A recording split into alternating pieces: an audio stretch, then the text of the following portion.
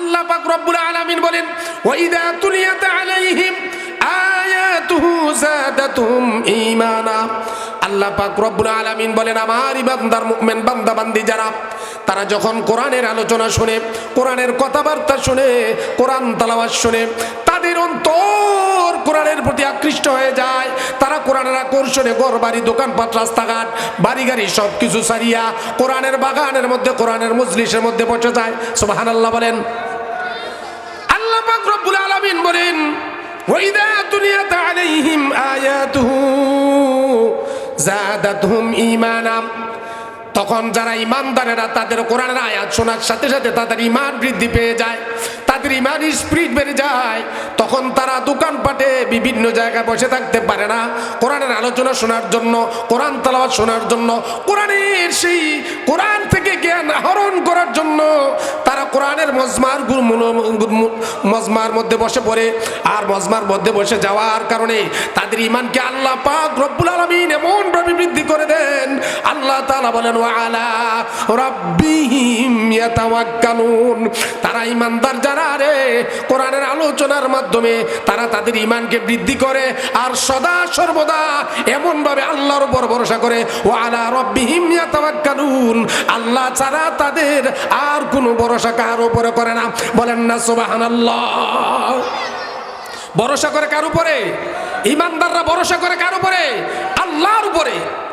তাই আমি আপনাদের সামনে খুতবার মধ্যে একটি আয়াত তেলাওয়াত করেছি, সূরাতুত তাওবার সর্বশেষ আয়াত 129 নাম্বার।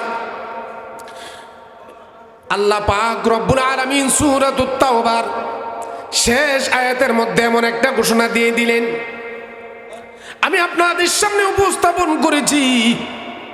আল্লাহ পাক রব্বুল আলামিন বলেন, দুনিয়ার মানুষের আরে, তোমাদের যা কিছু প্রয়োজন, তোমরা যদি অসুস্থ হও তোমার সুস্থতার প্রয়োজন, তুমি যদি অভাবী হও তোমার টাকার প্রয়োজন, তুমি যদি মূর্খ হও তোমার শিক্ষাগত যোগ্যতার প্রয়োজন, তুমি যদি দুর্বল হও তোমার শক্তির প্রয়োজন। কথাটা ঠিক না বেঠিক? আল্লাহ পাক রব্বুল আলামিন বলেন, দুনিয়ার জমিন, আকাশের নিচে, জমিনের উপরে তোমার কোনো কিছুর প্রয়োজন যখন হয়ে যায়, আমি আল্লাহর উপরে তুমি ভরসা করো। শুধু তাই নয়, হাসবি আল্লাহু লা ইলাহা ইল্লাহু আলাইহি তাওয়াক্কালতু ওয়া হুয়া রাব্বুল আরশিল আযীম। আল্লাহ বলেন, আমার কোন বান্দা বান্দি যদি সকালে ফজরের নামাজের পরে 7 বার সেই আঙ্গুলের গিরার মধ্যে দরিয়া গনে গনে 7 বার পরে, কয়বার? আওয়াজ দিয়ে বলেন, কয়বার?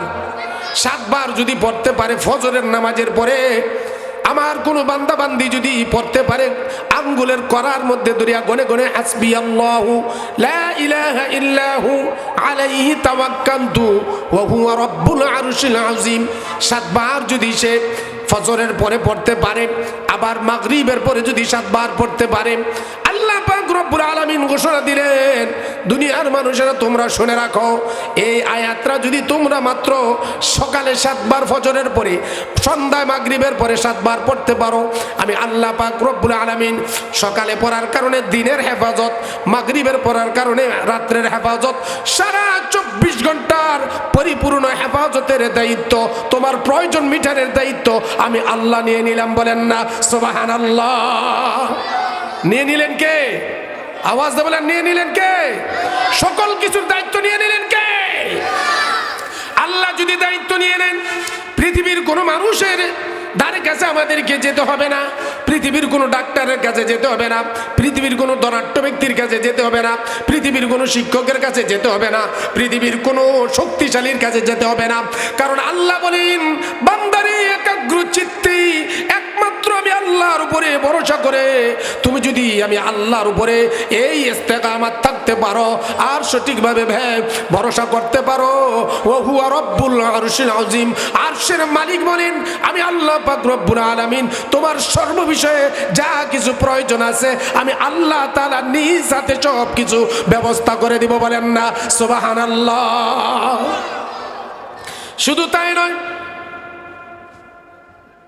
আবু দাউদ শরীফের মধ্যে হাদিসের মধ্যে এসেছে, একজন সাহাবী আল্লাহ রাসূল সাল্লাল্লাহু আলাইহি সাল্লামকে ডাক দিয়ে বললেন, ইয়া রাসূলুল্লাহ, ইয়া হাবিবাল্লাহ, আমরা দুনিয়ায় থাকা অবস্থায় এই আমলটা করলে হয়তোবা আল্লাহ পাক রব্বুল আলামিন আমাদের হেফাজত করবে সকল বিপদ আপদ বালা মুসিবত থেকে।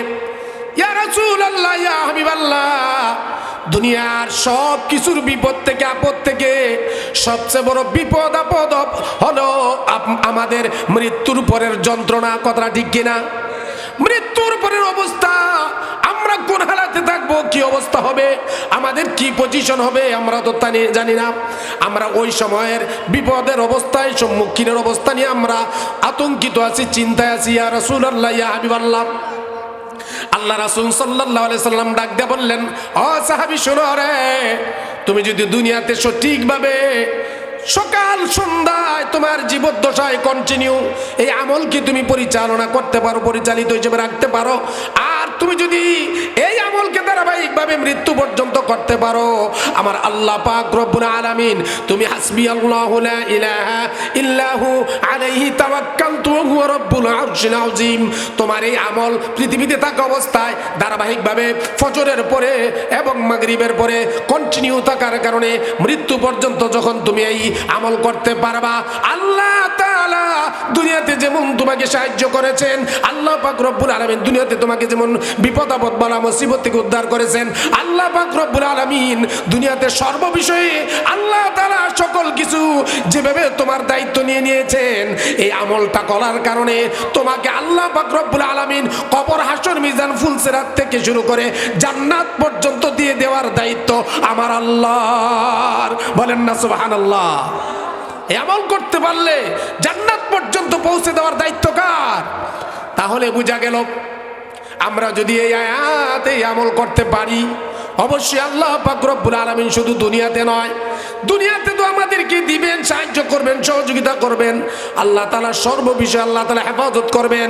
শুধু দুনিয়াতে নয় রে দুনিয়ার মুসলমান, আল্লাহ তাআলা ওয়াদা করেছেন তার বন্ধুর সাথে, আপনার উম্মতেরা যদি এই আমলটা দুনিয়াতে করতে পারে, কন্টিনিউ মৃত্যু পর্যন্ত করে যেতে পারে, আমি আল্লাহ তাআলা কবর থেকে শুরু করে মিজান এবং জান্নাত পর্যন্ত আমি তার হেফাজতের দায়িত্ব। বলেন না সুবহানাল্লাহ।